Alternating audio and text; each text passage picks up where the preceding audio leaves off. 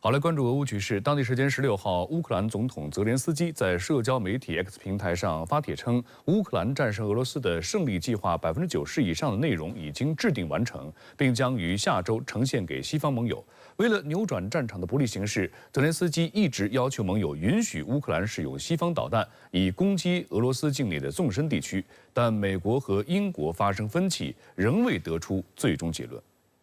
泽连斯基近日宣布，他计划9月向美国总统拜登提交乌克兰的胜利计划，还将向2位美国总统候选人特朗普和哈里斯提交。Для кожного кроку є чіткий перелік пунктів, що саме необхідно, що саме працюватиме на посилення. Жодної неможливої речі там немає. Більш ніж на 90% все виписано. Вже на наступний тиждень ми готуємо план перемоги для представлення союзників. 乌克兰总统办公室顾问米哈伊洛·波多利亚克重点说明了该胜利计划的一些关键点，包括乌军在库尔斯克地区的行动以及经济和政治问题。俄总统新闻秘书佩斯科夫当天表示，基辅有关战胜俄罗斯的计划不会阻止俄方继续实施特别军事行动。 为了扭转战场的不利形势，泽连斯基一直催促北约允许乌克兰使用西方导弹，包括美国陆军战术导弹系统和英国的风暴之影巡航导弹，打击俄罗斯境内的纵深地区，来迫使俄罗斯加强国内防御。13号，英国首相斯塔默与美国总统拜登就此事进行了讨论，但没有达成一致。英国方面表示，将在此后的联合国大会期间再次举行美英首脑会谈，继续讨论。但一些英国政客们坐不住了。 英国前首相约翰逊和另外5名英国前国防大臣敦促首相斯塔默，即便没有美国的支持，英国政府也应允许乌克兰使用远程导弹打击俄罗斯纵深目标。美国最终的战略目标仍然是利用这场战事来消耗俄罗斯，甚至像普京总统本人所说的那样，想要拖垮俄罗斯。而对于拜登政府来说，要达到这样一个战略目标， 最为有效的方法，就是在援助乌克兰武器上，采取温水煮青蛙式的逐步升级做法，而不是一步到位。在13号拜登与斯塔默会晤期间，拜登团队暗示美方希望等到乌克兰总统泽连斯基月底访美后再做决定。美国媒体则报道，双方有可能秘而不宣。乌军发射的远程导弹第一次落在俄罗斯领土之日，就是美英宣布为乌方松绑之时。据内部人士透露， 由于英国风暴之影导弹的部分零件是美国军火商制造的，因此使用这些导弹需要获得美国的批准。有白宫匿名官员透露，拜登很可能会同意斯塔默的要求。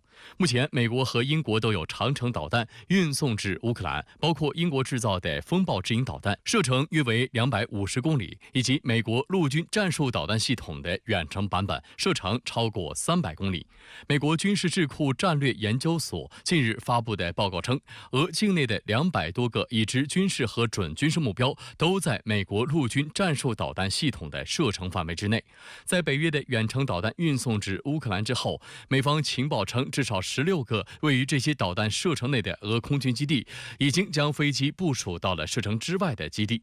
尽管西方尚未正式宣布允许乌克兰方面使用援助的远程武器对俄境内目标实施纵深打击，但俄罗斯警告的调门越来越高。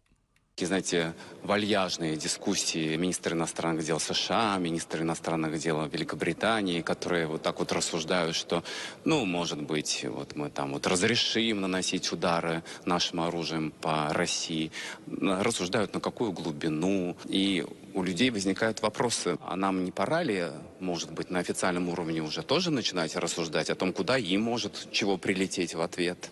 Вот, поэтому у нас хватает таких рассуждений, но президент всегда предельно аккуратен с этим. У нас хватает возможностей вооруженных сил, у нас хватает возможностей экономики в плане поддержки вооруженных сил. Специальная военная операция будет продолжена, и все цели будут достигнуты. 俄罗斯在向北约画出新的红线的时候，并没有像过去那样搬出俄罗斯的超级大杀器，也就是核威慑，反而是刻意避开了核威慑，说俄罗斯将会使用除核武器以外的一切手段来进行报复。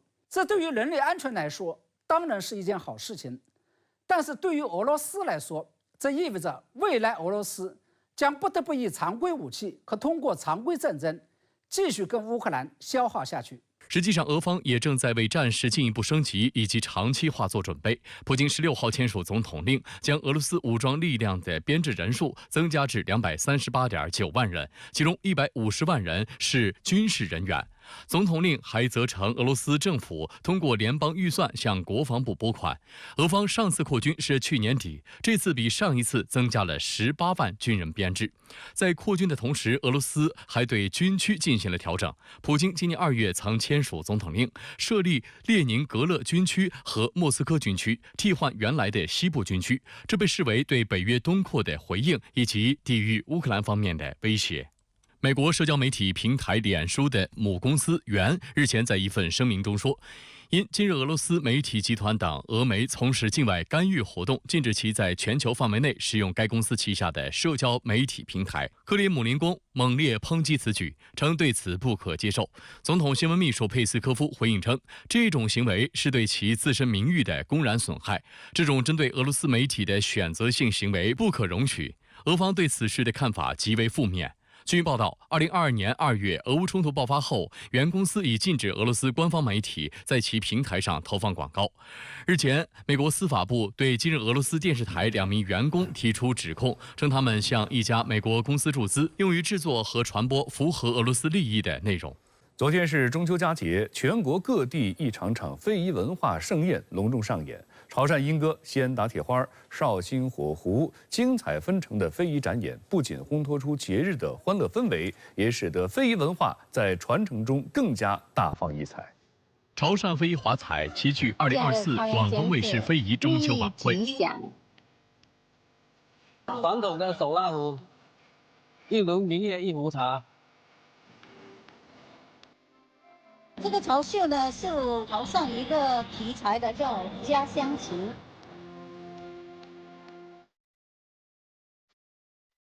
稻泥树是国家级的非物质文化遗产。笨拙、木雕、黄斗、工艺融下线了，是潮汕移民的吉祥物。朝阳的彩蛋画。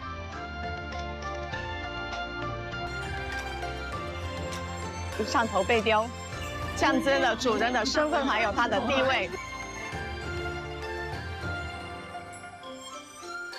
潮汕莺歌打破了以往传内不传外、传男不传女的束缚，女子莺歌队的出现，为这项非遗注入了不一样的青春活力。不同于男子莺歌的刚劲豪气，女子莺歌舞姿轻盈，脚步轻快活跃。源自江西的千年非遗火狐表演，在中秋假期来到浙江、陕西表演，以火为媒，以狐为舞。非遗艺人将烧红的木炭放入铁网，蕴含着火除邪祟、百家安宁的美好寓意。在贵州遵义乌江寨，除了有火狐表演，还有打铁花。耀眼的火花犹如璀璨繁星，独属于传统中国的浪漫在此刻具象化了。河南卫视的中秋奇妙游再次把传统文化玩活了。舞蹈《秦时明月》由真人兵马俑出演，他们于光影中苏醒，穿越历史洪流，结合电子朋克、光效艺术、数字特效，呈现一场舞蹈盛宴。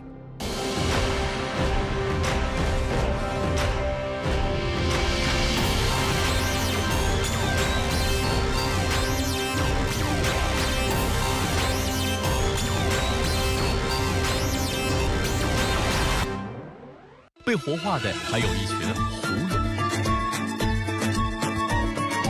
由真人饰演的狐俑因造型逼真而被众多网友误认为是 AI。他们在地铁车厢中与少年们斗舞，跟着游客四处游览。狐俑们的造型灵感来自河南省博物院、甘肃省博物院、商丘博物馆以及大英博物馆内的馆藏，结合小品和舞蹈，生动展现唐三彩非遗文化和大运河文化。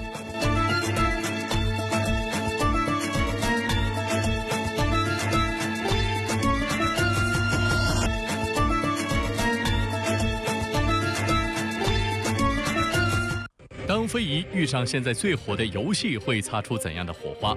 国内首款3A 游戏《黑神话：悟空》一经上线便火爆出圈。山西省忻州市忻州古城非遗面塑传承人手工制作出天命人，用面塑的方式活灵活现地还原了悟空。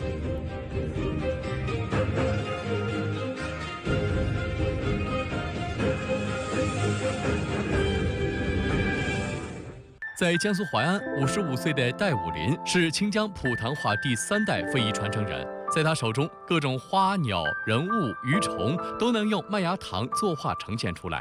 他通过钻研，将《三国演义》中的经典人物关羽、张飞、赵子龙等形象一一塑造出来，惊艳网友。我做这行家传的，我家父亲做，爷爷也在做。那我这代呢，已经第3代了。对，这个业务坚持了37年。现在做糖画的人越来越少了，让下一代人能看到这个糖画。希望更多的年轻人喜欢并传承下去。一块普通的树皮竟能制作成飞禽走兽、花鸟山水、人物建筑的精美图画。今年73岁的杜光显是四川南充树皮画非物质文化遗产传承人。他将平平无奇的树皮制作成了艺术品，既有油画效果，又有国画神韵，更具浮雕风格。这个树皮画的特点，第一个就是它更有生命力，看起来；第二个它很有立体感；第三个它存放的年代也很远久。我这些画一般都是32、30年的嘛。它是我们一个传统的东西，我还是野心勃勃的想来把这个东西传承下去。